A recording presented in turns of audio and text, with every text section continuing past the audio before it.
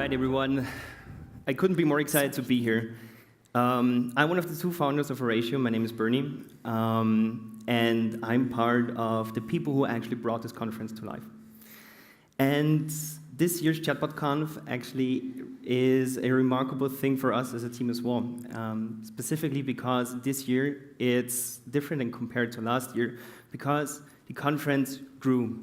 It became bigger. It became bigger as we realized that there is a whole bunch of people being interested in the messaging chatbot space all across Europe, or more specifically, even all around the world. So with yesterday's community day, we're continuing today with the actual conference day today. That means we're having international speakers pretty much from all around the world who are sharing their experiences, their knowledge, and their know-how about how to create experiences in a way that attracts people in conversations that can be the way of how we communicate in the future. But specifically yesterday, we were having events all across the city.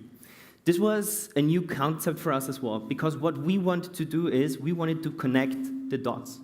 We wanted to be in the position that we connect events for the community, made by the community. And it worked in a way that we were able to show the variety of people being active in the Viennese and international chatbots and startup scene. But, and this is the point where I have, and my team and I have to apologize, we have had limited capacities with some community events. This is something we want to make better in the future. But nevertheless, our aim was to show that there is a whole different bunch of people doing amazing stuff out there, and this was our way of giving them a stage apart from this stage. So we had even waltz lessons, we had workshops, we had panels, we had talks, and even the first developer circle by Facebook was taking place yesterday as well. Of course, there are more to come, but this can be seen kind of as a kickoff for being active in the local community, in the local startup scene. Today, we're having a lineup of 27 amazing speakers, actually from different networks with different backgrounds, from companies, small and large, again, sharing their experiences with you on two stages, like here on the main stage, as well as on the masterclass on the 12th stage. And please take a note at the schedule that's inside your bags, as well as please use the event chatbot that we deployed, where you can get all your information, as well as the matchmaking. So you can actually get connected with each other as well. This was one thing we wanted to emphasize on this year as well. So with this chatbot, you have the unique opportunity to do so, apart from the startup booths out there, where we showcase work from startups being active in the space. But let me take a step back. As some of you know, this is the second edition of ChatbotConf. So last year we got started with the crazy idea of just doing a conference, right? I remember it was when David and I were in the office, and back then it was around June, and we said, let's make a conference happen, and let's do it in Vienna, and it should be a tech conference. And that was only a few months before we actually embarked on this mission to create a conference here in the city that is all about messaging and chatbots. And it turned out to be a huge success. People loved it. We got amazing feedback. Some of the things that didn't work well were made better this time, and we're going to continue to improve on things. But it actually showed us quite well that people that from different heritage and different backgrounds really value or see the value of being connected and exchanging experiences and sharing knowledge. And this, again, is one of the core things we want to do with ChatbotConf. But who you're going to ask is behind this conference? Well, it's us. We call ourselves Team Oratio, and apart from making great team photos, we also we're working on a bunch of things since the last conference took place now almost a year ago. Well, Oratio itself as a product is made for businesses. As a business, you can sign up and you can start chatting with your customers on several messaging networks. And that can happen either automatically with chatbots or personally through customer agents who take over the conversation. And since the last 12 months, some things happened at Oratio that I want to share with you. One of them is that we're part of the Facebook Messenger platform providers. We're one of 15 in EMEA, in Europe, Middle East, and Africa, which gives us more confidence and more boost in being active in the messaging space, specifically supporting Facebook Messenger. But we are also working, for example, with Viber. We are one of 8 public account providers worldwide, and the only one in Europe, where you can connect with your customers on Viber using public accounts. But one important thing for us was the launch of Automate. And Oratio Automate is our way of connecting automated conversations with personal conversations on one platform, and without the customer or the user needing to change, I don't know, thread or apps or whatsoever. It all works seamlessly. And one important part of this technology is the human takeover. As you may know, there's a bunch of volunteers who actually make this conference happen as well. And they got this human takeover on the back of their shirts, like, this is actually what we implemented on the platform. If chatbots or if the automation only works to some extent, users can always request a human agent taking over the conversation. And this marks one of the key things here. Like, although chatbots are working in a pretty amazing way already, there is always, or at least currently, this human element that really creates an amazing customer experience here. And about this topic, we're going to learn more today in different sessions and even in panels on how chatbots can be an essential part in the communication between businesses and customers. But more things happened since the last conference in 2016. The city of Vienna even launched their own chatbot. And to my knowledge, it started off as a small project in a hackathon, but it became pretty amazing. And people really loved using the bot, so the city said, well, let's just make it available for everybody. So you can get some basic information which is made for citizens here, using simply a chatbot. But there's more. Just a couple of days ago, this exhibition ended, which was all about robots, AI, and chatbots. It's one of Vienna's most popular museums, and it actually made me think about Vienna's position in this space, and I find it really interesting to see that there's different actors within the scene who emphasize on this whole topic of chatbots, conversations, and messaging. And there's two more amazing organizations in Vienna. The first one is about creating chatbot hackathons. So within the Lemmings program, for example, they're happening almost 16 hackathons a year, throughout the year, in the city with different institutions and companies, which I think also is a pretty amazing way of sharing and creating experiences for businesses and public institutions on how to connect with citizens or customers through hackathons. But also, just recently, the first batch, and now the second batch is about to get started with Europe's first chatbot accelerator, also taking place and happening in Vienna by the Venturi. But not only in Vienna or at Oratio, but overall, a lot of things happened in the industry as well. And just recently, I don't know if you heard it, Motion AI got acquired by HubSpot. So this can be seen as one of the first steps towards bigger companies making strategic acquisitions in this space, in the chatbots and AI space, which I think personally is a good sign that this space is becoming more mature and more grown up. Also, celebrities are taking a closer look on how they can use conversations on getting better connected with their customers. And Katy Perry is, for example, one of them. She's using a chatbot that is kind of an alter ego for her to be available whenever the user, or in this case, the fan, likes to interact. But also in sports, it's related that there is even chatbots now being a way, again, of connecting enthusiasts with the sports team. So there's a lot of things happening right now in this space, and again, some of them we want to highlight here in these talks, as well as outside with the startup booths. But still, we're not sure if or how AI or advanced AI is going to, deal with us humans. I'm confident that we got a little bit more time left to think about and prepare on how advanced AI will deal with us. But until then, I think it's an amazing space and an amazing industry to be in, and we can actually see what's going to be created within the next couple of months and years.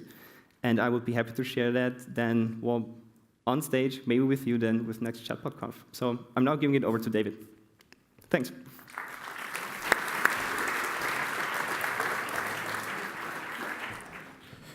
Thank you very much, Bernie.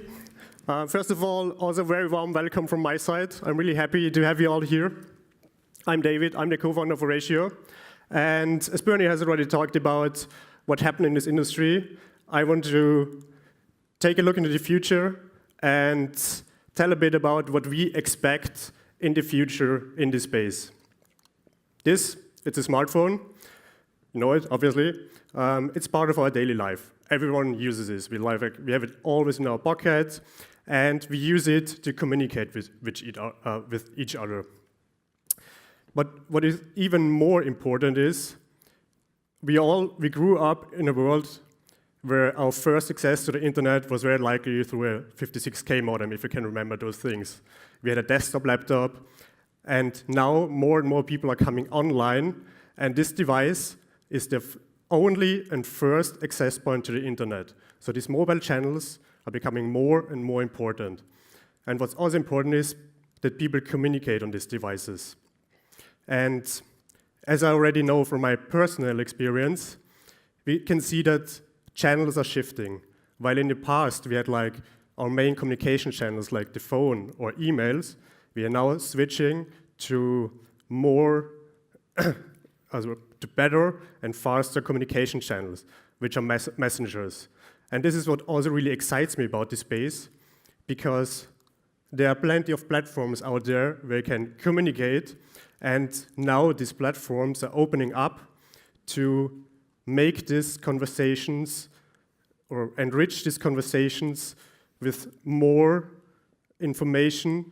And basically, for example, let's just take the example of a group chat. I mean, I'm currently with my girlfriend and a friend of mine. We're organizing a vacation trip, and there's really like a mess of links we're posting to this channel. And now, with the power of these platforms and services built on top of these platforms, we can enrich these conversations with information from the internet. So basically, we can access the whole internet within a conversation. And what is also really important is that many of these messenger channels, they have a huge growth over the last couple of years.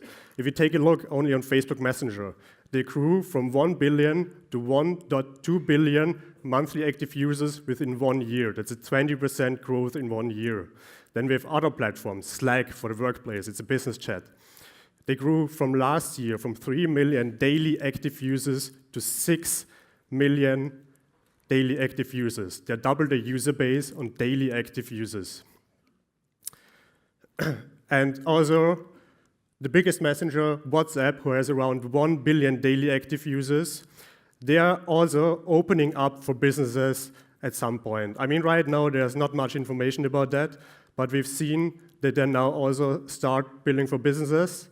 But I mean, I personally don't think that's going to be like a bot platform like we know from Messenger or from Slack, but they see the need to open up their platform for businesses and services to communicate with their users. And we also see a lot of voice application. And as you can see, like with Google Assistant, with Siri, with Cortana, or Amazon Alexa, natural language is finding its way into households. And much more services are going to be exposed to natural language.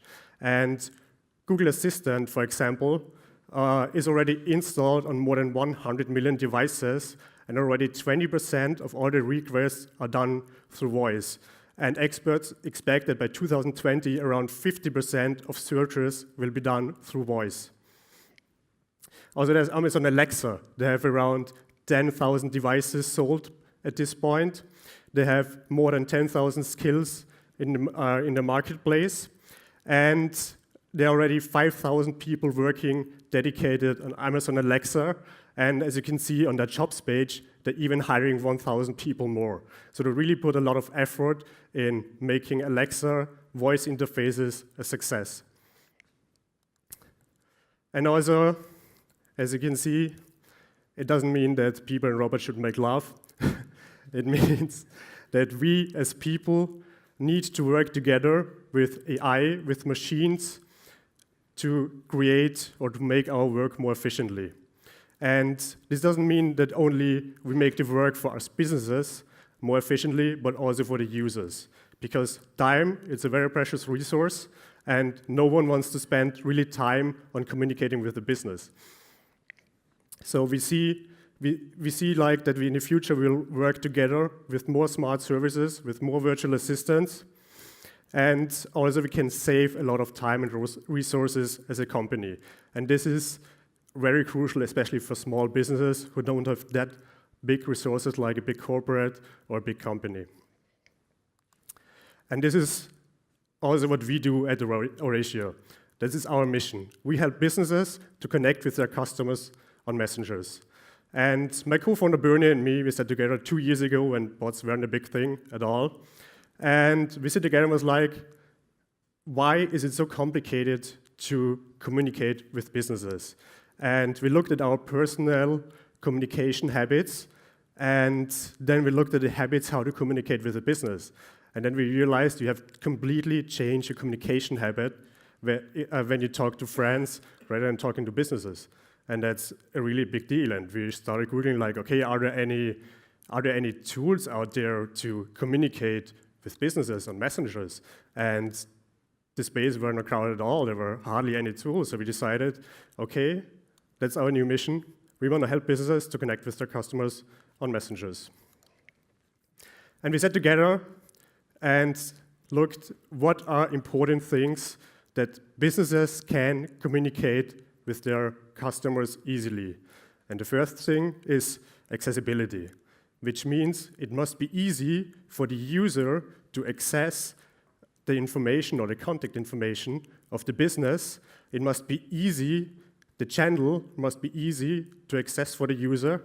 And on the other hand, it must be easy for the company to provide or to provide support on these channels.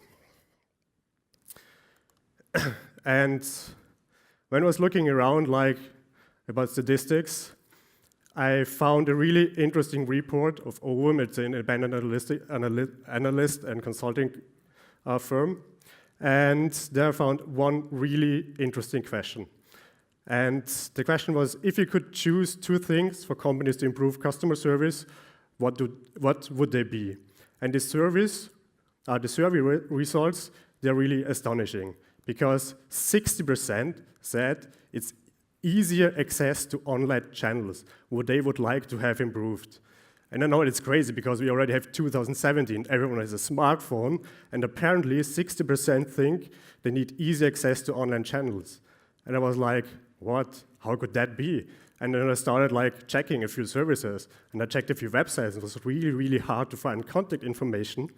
To many websites, you were led to a FAQ page, and it was even really hard to contact the business. And most of them just have a contact form. They don't even have an email address or number, not even a messaging channel, whatever. And the second big thing is that 53% want to have faster response times. And this is where bots also comes in, because we can make, with smart AI and smart virtual assistants, we can make response times faster. 29% said it's a consistent experience across channels, which is also completely different. For example, if you approach a company on Twitter, you get very likely a faster response than you approach a company on email. The last time when I wrote an email to a company, I had to wait around 2 weeks to get a response. And then I had another follow-up email, I had to wait another 2 weeks, and that's like crazy. And 90% need a better mobile experience, which is also really hard to believe because smartphones are around since at least 10 years, and many businesses still don't see the need to have a better mobile experience for customer service. And for us as Oratio, accessibility is important, and that's why we decided to integrate and work together with the biggest messenger, like Facebook Messenger, Viber, Telegram, and Kik. And today, we're also happy to launch one important channel, which is Twitter direct messages.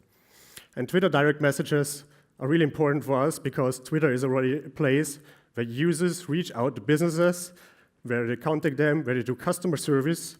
And the average Twitter user already follows 5 businesses. So for a Twitter user, it's also 80% of Twitter users interacted with a brand or a business, which means people are used to interact with brands or companies on Twitter. And in the last 2 years, they have seen a 2.5x increase in customer service interactions. And also, if you do customer service on Twitter, businesses see a 20% lift in customer happiness.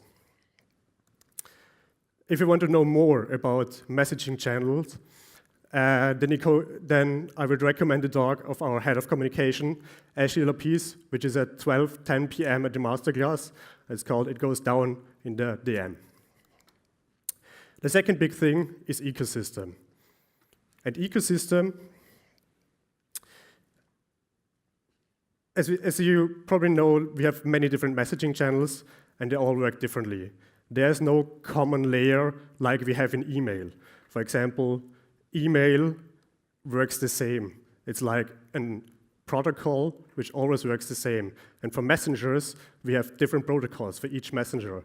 So as we can see in the email space, we have a lot of tools, different tools for marketing, for customer service. And to grow this space, we need to build an ecosystem. We need to build an ecosystem with interconnectivity and where we can have the same experience across channels. And I'm also happy that today we're going to announce the Oratio Developer Hub. So we open up our platform for developers, which means you can build integrations on top of Oratio across all the channels we've implemented. So you don't have to deal with different messaging channels. You don't have to deal with different APIs. You can build integrations on top of Oratio. And we have 2 different kinds of integrations. The first one is the active integration API, which basically lets you control the conversation flow. So you can build bots, actively respond to customer messages, and also forward messages to other integrations. Which basically means if a user sends a message through one of these messengers, then it goes into the Oratio platform. We forward it to your integration, and you can simply respond to the message. And you don't have to care about which messaging channel it is, because that's our job. But what is also more important is you can interact with other integrations. So basically, if your integration cannot answer the message, you can forward it to another integration, and which hopefully has the answer and can answer the user via message. And this is really interesting because now we can build pipelines and customized workflows which can work together based on Oratio. And we also have the passive integration API, which is pretty similar to the active integration API. It forwards all messages to the integration. You get all incoming and outgoing messages, but you can't respond to incoming messages. And different from the active integration API, where you only get the messages which are forwarded to you, with the passive integration, you get a copy of every message. So even if an active integration already answers the message, you still get the message forwarded to your integration. And this is a really cool tool to build services for analytics tools, for CRMs, and any other reporting tools you may need. And if you want to know more about this topic, our 2 developers, Renee and Piotr, are making a deep dive at 4 p.m. at the masterclass, and really can recommend to check it out, especially if you're one of the developers who like building stuff or like building bots. The third thing is affordability, because for us it's really important that people can afford being on messengers. And if we have an ecosystem where every company needs to develop their own bot or like their own smart system, we cannot grow this ecosystem because small and medium-sized businesses, they cannot afford to build it. And that's why we at Oratio think that every business should be able to communicate on channels that customers love for free. And I'm super happy to today introduce our free plan, which makes Oratio accessible for every user for free. And we sat together and said, what are the things people need to get started on messengers? And this is what we came up with. We said to start putting your company, your business on messengers, you need at least one account for each messaging channel. You also need to manage the conversations. So you can use the Oratio platform to answer all your messages across all channels. So in the Oratio platform, it doesn't really matter if the message is coming in from Twitter or from Facebook Messenger. You also can build up your knowledge base on Oratio, which lets you easily send out messages to users faster. You have access to our integration API to customize the workflows, to integrate your existing tools. And you also can configure your messaging channel, which means you can make use of custom element of messengers. For example, you can set a welcome message, but also a persistent or conversation menu across all channels. So you configure it once, and you have it in every connected messaging channel. So what else to expect from today? Here at the main stage, we will have a variety of interesting keynotes. We have major messaging networks who will share experience. We have next coming up Twitter. We have people from Google here, from Microsoft. We have really a great set of speakers who will share keynotes here. We will have 2 panels in the afternoon, one about fintech and insurtech, and the other one about the future of communication. And on the second stage, the masterclass, which you already heard is like upstairs, amazing view, you should definitely check it out. We have hands-on experience talks from people, from startups, from the bot ecosystem. We have like the jet fuel guys are here, but they're also like Gupshop are here. They're doing bots since around 10 years on SMS. So we have really an amazing lineup of speakers also on the second stage. Before I'm coming to an end, I really want to welcome my co-founder Bernie again on stage. We're working together since 6 years. I'm really proud that we made it this far. And he's my partner in crime. I'm really proud to be here today to welcome you all. And I hope you really enjoy the conference. And yeah, let's have a great day all together. Let's get to know what bots and messaging can do for us, can do for the industry. And thanks very much all for listening. So we are now then getting started with the first keynote. Thanks very much.